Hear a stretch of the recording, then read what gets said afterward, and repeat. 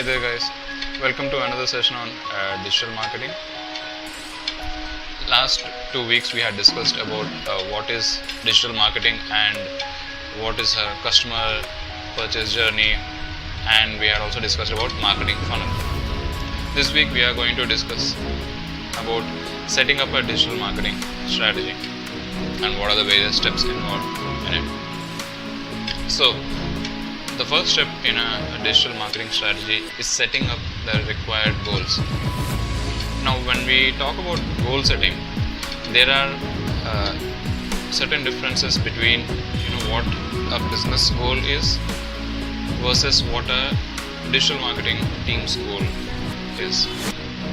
A business goal is an overarching goal, a goal which is relevant to the entire organization itself. Let's say business goal is to increase sales by 10% or 15% in the next quarter or in the next half year.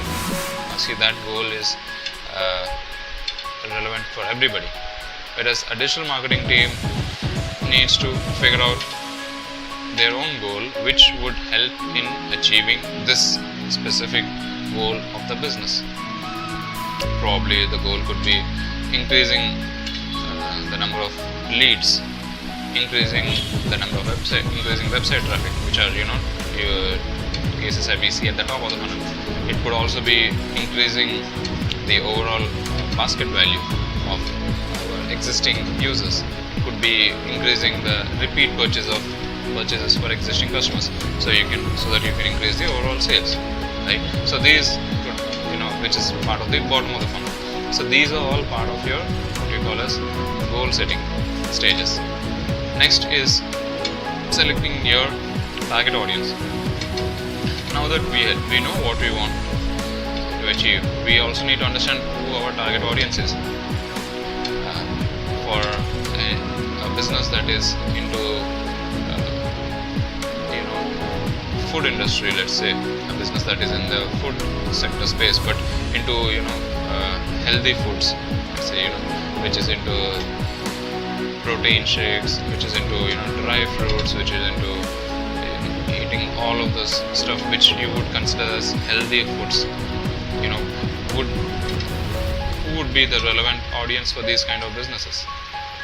You would usually consider audiences people who are already health conscious, or who are considering entering into that space, who are wanting to eat right, who are trying to lose weight, who are heading towards gym, who are running in parks and all of those places. These, you see, are the kind of people who would be health conscious. They would want to eat right, they would want to be checking their calorie intake, they would be checking their weight.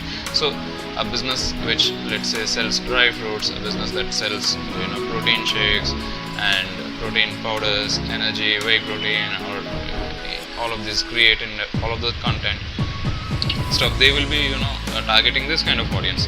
Whereas, let's say, some other businesses which are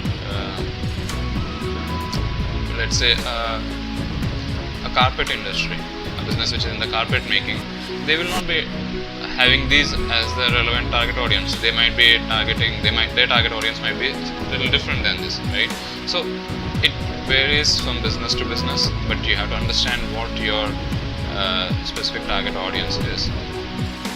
And once you have understood who your target audience is, you will now want to figure out the relevant marketing channel for your target audience, right? So let's say we had taken the previous example. So where do you think the typical people would be found? They will usually be on social media. They might be searching for healthy foods. So websites which promote healthy foods, which talk about diet, which talk about nutrition, which talk about exercises, are good places to put up your ads, share your content out there. Other ways would be on social media. And even within social media, which specific social media will you pick up? Are you going to promote your ads on TikTok, on Instagram, Snapchat, Facebook, LinkedIn, Twitter? There are plenty of them, Pinterest. It all depends on who your target audience is. And after these marketing channels will be your content that you want to create. So now that you know who you want to target, you have figured out which channel you're going to promote your content on. You know how to create content which is relevant and usable on these specific channels. Let's say you are wanting to promote your content on Instagram, which is a very much photo sharing place, right? Creating a long format video might not be the most relevant way to promote your content on Instagram. Similarly, writing a long blog post might not be the most relevant way. Whereas let's say you want to promote it on Facebook, this kind of content might be useful. You want to do it on YouTube, then a long format video might be very useful. Let's say you want to create a blog post, then writing a long post is very useful, but you cannot do the same when you bring it to some other channel.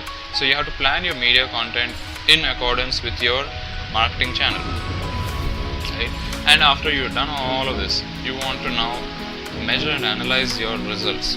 Like, okay, so you had a plan, right? You had a business plan, you had a marketing goal that you had created.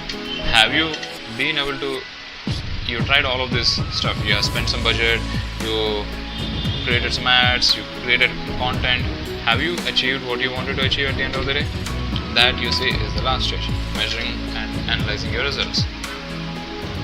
So today we will be discussing one of the first step in the marketing strategy, which is setting the required goals. Let's say the goal that you have now decided is we want to increase sales by 25%. Okay, that's a goal. Definitely that's a goal. But you want to increase sales by 25% over the next 2 months, or the next 3 months, over the next half a year, or the next year, or is it over the next decade? See, and you have to understand, okay, how much time are you going to be able to do it? Also, wanting to achieve, let's say, 15% growth in sales at a time when your previous year growth rate was probably 1 or 2%.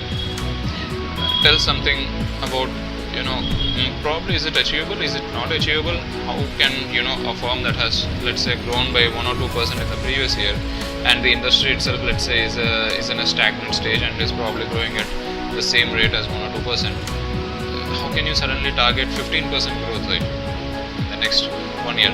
See, that's also, is it realistic? Is it achievable? You have to understand these things as well. That's why there is a way in which you want to set up your goals. These goals should be what we call as SMART goals. SMART goals are specific, measurable, attainable, or are action oriented, they are relevant, and they are time bound. So on the right, as you can see, we have a business goal and a digital marketing team goal. Increase sales by 10% in the next 3 months compared to the previous 3 months. Now that, you see, is a business goal.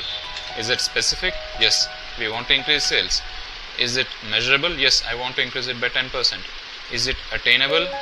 Probably. If let's say in the previous 3 months or in the previous year we have grown by 7 or 8%, yeah, it is attainable. Is it relevant?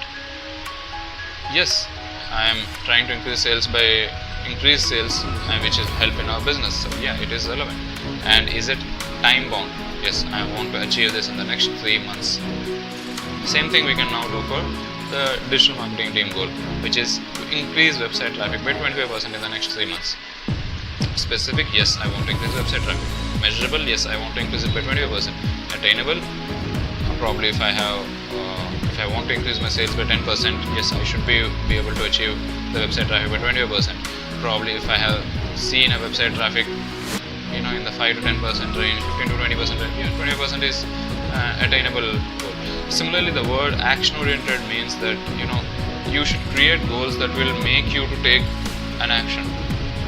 So for example, wanting to increase sales by 10% means that I have taken an action from the digital marketing team perspective, right? I have tried to now increase my website traffic by 25%, which is an action that we are taking. What do I need to do to increase the website traffic by 25%? That, you see, are different steps. I need to take certain other steps to make sure that I achieve those steps in that. but the point is I am now taking an action. So attainable is next. Relevant. Is the goal relevant to what my business goal is? Yes, because I want to increase my sales by 10%, I am trying to increase my website traffic by 25%. See, we all, if you remember the funnel that we had discussed about, the top of the funnel is awareness and consideration, right? So when we know that as people move low to the funnel, the conversion stage, not everyone who is aware is going to convert. So we want to increase the website traffic by 25%, so that as the users keep trickling down, probably we will be able to achieve 10% or higher in our sales. That you see is how we set our goal for the digital marketing team. So it is relevant as well. And is it time bound? Yes, I want to increase my website traffic by 20% in the next 3 months. So it is time bound as well. So to recap, our goal should be specific, measurable, attainable, relevant, and time bound. And when we set our goals in this way, we will be able to measure and analyze it, and whether we have actually achieved it or if we haven't achieved our goals. In the next week, we will be discussing about creating a customer persona, which is the next step of selecting your target audience, and the other stages afterwards. That's it for now. Thank you.